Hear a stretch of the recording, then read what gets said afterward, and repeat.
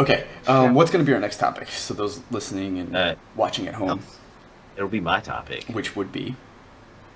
The Nintendo Switch. Stay right here for the Nintendo Switch topic. And let's go. Let's do it. Back.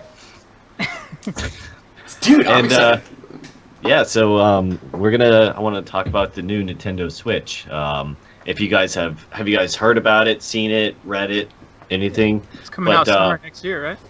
I believe so. It's actually pretty cool. Dude, it's so amazing. Yeah, Nintendo's known for like doing pretty new, interesting things with controllers. So I really like the portability of it. Like you can go almost anywhere and stuff like that. That's pretty cool. Almost everywhere. You can go everywhere. Yeah, and still play the same game. Yes. Like, yep. That is the fucking thing I've been wanting from games forever, man.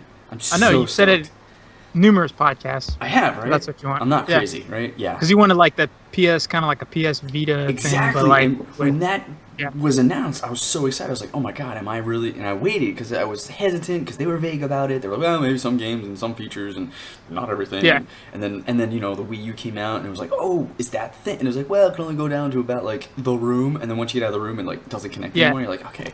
So and then Vita comes out and it doesn't really work. Switch. But fuck, dude, this is awesome. Yeah. It's great. I mean, and I do like how you can like almost customize the controller. Like you can have almost the traditional controller, slide it onto the screen and actually play it like that. Yeah, like that, or you can take it off. Mm-hmm. Yeah. And you can have the two little pieces and everything. So I mean, are they going to still stick with motion sensors and everything? Do you think? I was just gonna say that. I think they're ditching it. They may. I think so too. In the future. Okay, here's one of two things, and they could do both. They allow support for the old Wii Waggle controllers. They come out with specific Switch Waggle controllers in support of old Wii games, because the Wii U was known to have what they call a virtual console, which is you download older console games. If they continue that trend with the Switch and you download older Wii games, you're going to need Waggle. It was an important enough part of some of those games that you're going to need a way to do that. So either you do it through an analog stick and you fake it, or you allow people to use old controllers or buy controllers specifically for the Switch that emulate the Waggle. Well, right? They're not backwards compatible, so that was one thing that people were a little upset. But either was the Wii or the Wii U, like they did make virtual consoles so that you can buy games. So like backwards compatible in a traditional sense, no. Will they eventually be able to play older games? I believe so because of what they've had in the past. And that means that this whole thing is going to have all of you could have everything from Game Boy to 3DS to N64 to GameCube, like all on one console. Well, think about this also. That'd be awesome. I didn't know they were doing a 3DS and everything too. Well, I mean, theoretically. Oh, okay. Via virtual console. You have to buy it again. But like the idea is that you would take this thing and still be able to play your 3DS stuff on it. Now, did you watch the video? Yeah. Yeah, I did. Was that Skyrim on there, I think, that they were showing? So like they're actually getting pretty good games. Unreal 4 support, which would mean Gears of War 4. Right. Skyrim, but keep in mind, I was watching a podcast on this the other day. Skyrim came out 5 years ago. This is not a new game. This is actually probably an older generation game, theoretically. So I still think there's going to be limitations. I don't think you're going to get like Red Dead 2 on there necessarily. They're taking strides to it, which I like. Yeah, absolutely. I like the fact that like you can take both those things off and you can have a 1 and 2 player right there, and you can just freaking do that. That's pretty cool. That's really cool. Yeah. I wonder if you can like watch like other stuff on too, like almost kind of like Netflix, or you can put like other stuff on it. I believe the Wii has that ability, but their online infrastructure is terrible compared to Xbox. Like, a friend is not a friend name; it's a code that you have to put in. And it's you know what I mean? So like, man, if they could just clean that up, I really think they would hit a trifecta of amazingness through features, form, like gameplay and all that, or games that are allowed, and then like online capabilities. They would just nail it, man. I'm already thinking about buying that in a heartbeat when it comes out in March. Right, me too. But the one thing that I'm a little worried about is like, okay, so there's a lot of movement in the controller and everything. Like you can customize it and everything, but wear and tear of like the little clicks and everything like that, you know, that's gonna take its toll. Is that gonna stand up to how much you move it around and everything? Yeah, great question. I don't know. The durability, yeah, I'm not sure. Yeah. What I would, yeah, I'm not sure what you could do. I mean, but okay, so I'm gonna also transition to something I wanted to talk about for a brief second. Is that you probably can buy more or different ones, Right? And they also showed, I think Polygon had it. So if you want to go to polygon.com, they'll have it. Is they showed a concept of, let's say Virtual Console does exist, and if you're keeping up at home, Virtual Console was the thing that allows you to play old games. You get an NES game. You can buy NES joysticks that attach on the side. So you play exactly, or Super Nintendo, and then the Super Nintendo comes on the side, right? So Yeah. Right. So like you can buy custom joysticks, and they're gonna have different colors that you can put on there. Like Nintendo does that stuff really well. So I think these joysticks will probably, 2 of them will probably run you about $40 to $60, and I think you're going to be encouraged to buy new and different ones. And I think if Nintendo's smart, which they've proven with these trailers so far, albeit they're horrible choices for the last like decade, I think this thing should be pretty durable and able to get you through to the next controller.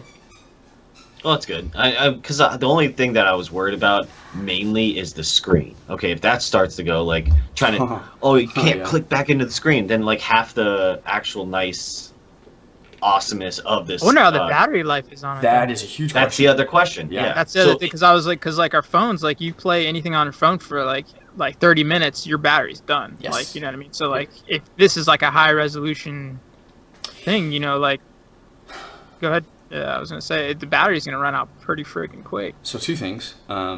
Can you? Okay, so yes, but if you look at where you are, like where you're going to take this thing. So on the road, that's a problem. On an airplane, an airport, that stuff is becoming less of an issue, especially if you fly in Alaska. Alaska has actual USB and prong cable power for free. So airport, like airplane, you're solid. You just hook it up. Will it be able to hook up to those things? I don't like what kind of battery. If it's a USB battery, that's pretty freaking awesome. Because potentially you can put that to a battery extension, which would be really great. But it's still problematic. Plug it into a computer. Or plug it into a computer and charge. Yeah, like that would be really big, like secondary questions off battery life that I'd be concerned about. But yeah, I'm pretty sure they already thought of that though too. Like, they said, I mean, from what I got, how long's this thing been in development though? Like that's what I'm just a couple wondering. of years now, 4 years, 3 years. Yeah. It's been I'm so excited for this. And then they said the storage, what I read, is going to be 32 gigabytes out of the box. But if it's anything like the 3DS or like any modern console, which I say that sparingly because Wii and Wii U have proven that despite modern technology advances and what do you call them, like trends, they don't adhere to them. I would hope that they're learning their mistake with this Nintendo Switch, which I feel like they're proving they are. And if they have, then they'll know that like the 3DS, you could just get a bigger memory stick, put it in there, or like the Xbox and PS4, you can just use an external hard drive for all your stuff, right? Because Skyrim's not a small game. That's a chunk of gigabytes that you're putting, right? It's huge. Yeah. So hopefully they allow you to. Yeah. Hopefully they allow you to either use sticks and or external hard drives to put your saves. And stuff. I heard they want you to work on their new Mega Man X project. They want you to be the leading designer on the game and ideas, stuff like that. They requested Clayton Kisko. Dude, I would You would take that in a heartbeat? I mean, no. I think I would probably fuck up and then ruin my career, and people would hate me forever because I. Kind of like the guy with the ET. Yes. The ET game. Yeah.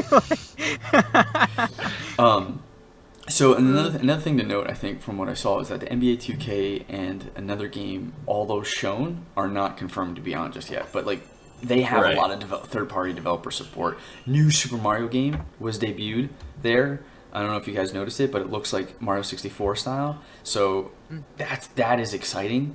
The new Zelda looks amazing. Yeah. I'm so stoked for this, man. And then the Pro controller looks sweet. And then they're also going to be supporting esports with Splatoon. Oh, Splatoon. Yeah, I saw that. Yeah. I heard that game was freaking awesome. Like this guy that I work with, I mean, he's 19, but he said Splatoon is really fun. Right. Like he said, it's really fun. It's competitive. Yeah. And it's. And I want to try it. I want to try it. I don't know if it's PC, if it's on PC or not, or. And the best. No, I think it's. Just strictly for like Nintendo, huh? I'm not sure. It's just Nintendo. It's Nintendo owned property. Most games. Yeah, I think he said it was on the computer. I could have sworn he said it was on Steam. I would be surprised. I'm gonna have to look that up because I could have sworn he said it was on Steam because he played it on because he only has a computer. He just got a PlayStation. I have to look that up. Because I'm if it looking is, it I'm up gonna now. go download it on Steam. Oh yeah, it is. It is. Yeah. Maybe we should get some Splatoon going. You guys want to? Yeah. Maybe it's not nope, that. It's not. Is it? It's not. Splatoon is a it's separate not? game. So. You liar. I could have sworn he said it was on freaking computer. Yeah. Never mind. That really Okay. hurts, Clay.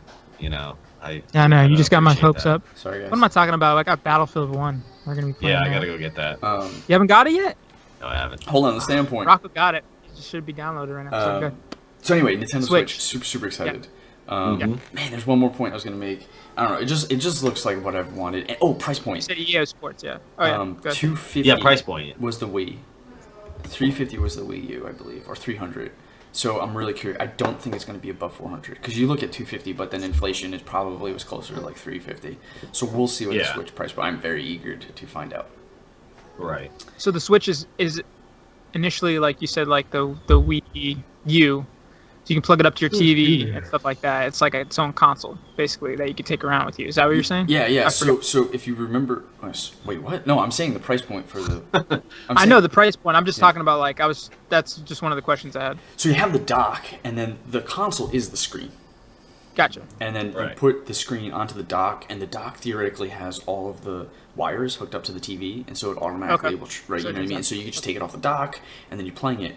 Here's the other thing: is that the game industry is, to my delight, moving to a smartphone business model in the sense that the hardware will be coming out and updating much more frequently than the 4 or 5 year cycle that we're used to, and Right. the Switch, because of its like compartmentalized, like its components. Can you imagine like 2 years from now, a year from now, a new Switch console comes out for people willing to pay the price point of updating graphics, maybe a couple new features, and all you're buying is just the screen? And so it's going to be cheaper, right? You don't have to buy the controllers, you don't have to buy the cables, you don't have to buy the dock. You're just buying an updated little screen thing. And so you do, maybe even trade in the old one. Like, we're going to start moving into this like cycle, and I'm really excited because that means Nintendo gets to be a little bit more agile in the way that they are listening to our feedback and then updating it by the years. And it means that they get more third-party support if they get to keep up with the graphics advances. So super exciting. That compounded by the fact that Xbox One Scorpio is going to a more PC style of hardware building in the sense that it's going to offer sliders potentially to players who are like, okay, I have the Scorpio. Like, game developers can build games for the Scorpio and the Xbox One and the Xbox One Slim, and so that it could have a range of graphics kind of deal. So you can buy the game, put it onto a console, and it will work. It will just be automatically slided down to the graphics capability, which means if they're already building that gradient, it means that a new game could potentially go down to the Switch, right? Like, if they're developing for all the different type of consoles already, it means that it has a bigger probability of being on the Switch. So while I say that like Skyrim was 5 years old and the chances of having the newer games are slim, this does keep that idea alive potentially. And that with the yearly cycle, we could potentially be seeing that. So super exciting. And the fact that it's portable, I mean, dude, if I have at this point, if the online is not that good, like this will definitely have be a variable in this problem. But if the online for the Nintendo Switch is better, and I have a choice between buying a game for the Xbox One, the PS4, and the Switch, and I know that if I buy it for the Switch, I'll be able to take it with me on like the bus and everything, that greatly sways my decision making. And that's where this is going to be like big. Like the Switch is going to be big. Yeah, I mean, I'm so excited. I just thought that it would be. I thought the Switch would only be able to play like Nintendo games. That was the only thing I thought that was going to be like. It's going to be cool, but it's only going to be able to play that. But if it's going to be partnering with EA and everything like that, like that's. Well, isn't that funny? Because that's a game changer right there. That's your perception, and that's most people's perception. But the only reason why big games aren't on the Nintendo Wii and the Wii U is because they don't have the graphics fidelity, right? That's the only reason? That's the only reason. Pretty much. I thought it was just because they're like separate companies, like No. They want their stuff out there more and more, like hitting other audiences. It's just they couldn't. So then, why doesn't run Xbox it. make Gears of War for PlayStation 4 then? Well, Because that's different. That is a Microsoft exclusive. Yeah, that's a competitor. Okay. That's like Microsoft building something and giving it to his competitors to make money. Tomb Okay, so Raider is not a exclusive to Xbox or PS4, but it is too graphically demanding to be on the Wii U. Right. The Zelda and Mario games don't go on Xbox and PS4 because they are Nintendo first-party games. Gotcha. Okay, so that's what I'm talking about. Okay, But I get it now. But if you look at the N64, the N64 nearly had almost every game that PS had. They each had their own first-party games like Mario and Final Fantasy, but they cross over a lot. And the GameCube kind of started to wane a little bit, and by the time the Wii came out, third-party support was nearly non-existent. Gone. Yeah. Okay. That's why. So we're hopefully going to get back to that. Nintendo being with third-party. It'd be really exciting. All right, let's move on. Yeah, I was just gonna say final consensus of what you guys think, yay or nay. It sucks. 5 out of 7, perfect score. I'm excited. Yeah, I give it a thumbs up. 5 out of 7, perfect score. 60% of the time it works every time. All right.